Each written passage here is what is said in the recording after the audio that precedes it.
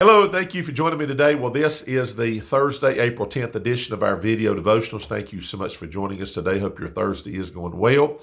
And here we are already 1/3 into the month of April. Hard to believe, but here it is, and hopefully we can make the best of the day. We're going to jump right on into it today. We're going to try to get you out at a good time here. Just want to say right before we read what we're about to read, which will be in 1 Kings chapter 4, verse 29. If you want to find that, 1 Kings 4:29, just want to say again, thank you for all who watch, acknowledge, and make the comments for these videos. And again, if they're helpful to somebody else, certainly pass it along, okay? Well, let's jump into it. Notice here in 1 Kings 4:29, it says, "And God gave Solomon wisdom and understanding exceeding much, and largeness of heart, even as the sand that is on the seashore." So Solomon, of course, follows David, his father, as king.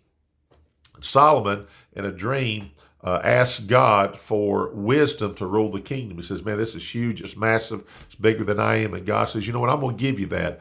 That's not a selfish desire. And God says, you know what, because you've asked for that and for other people, for the kingdom, then I'm also going to give you things you didn't ask for. And that, of course, is the riches and all that made Solomon great, besides that wisdom and understanding. But there's something else here that the Bible says that God gave Solomon. I want to really emphasize that here.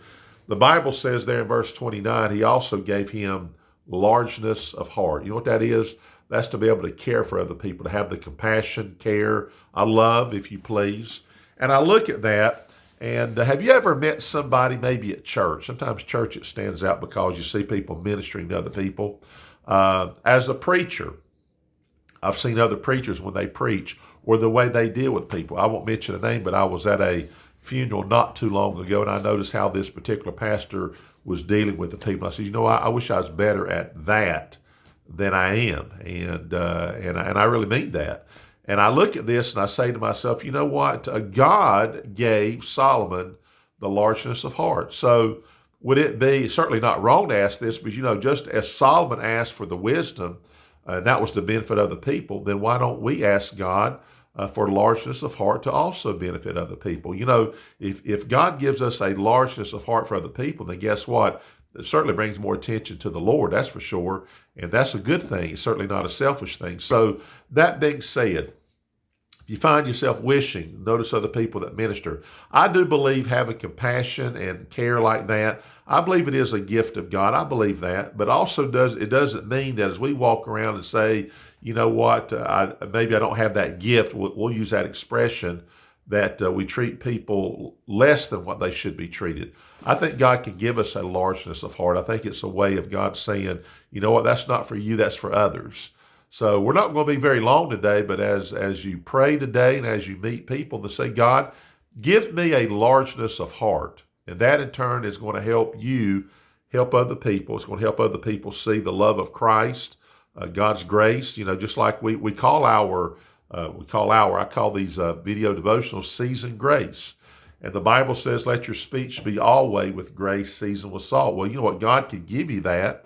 And using the tools that God has, his word and the grace and all the things, the Spirit of God. But specifically maybe ask God today, say, God, give me largeness of heart so we can help other people be who they need to be and be ministered to.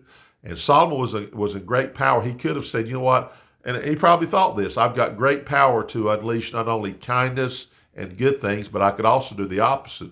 He could have been a tyrant like some rulers have been in history. So he didn't want to do that. He wanted to do the right thing by God and by the people.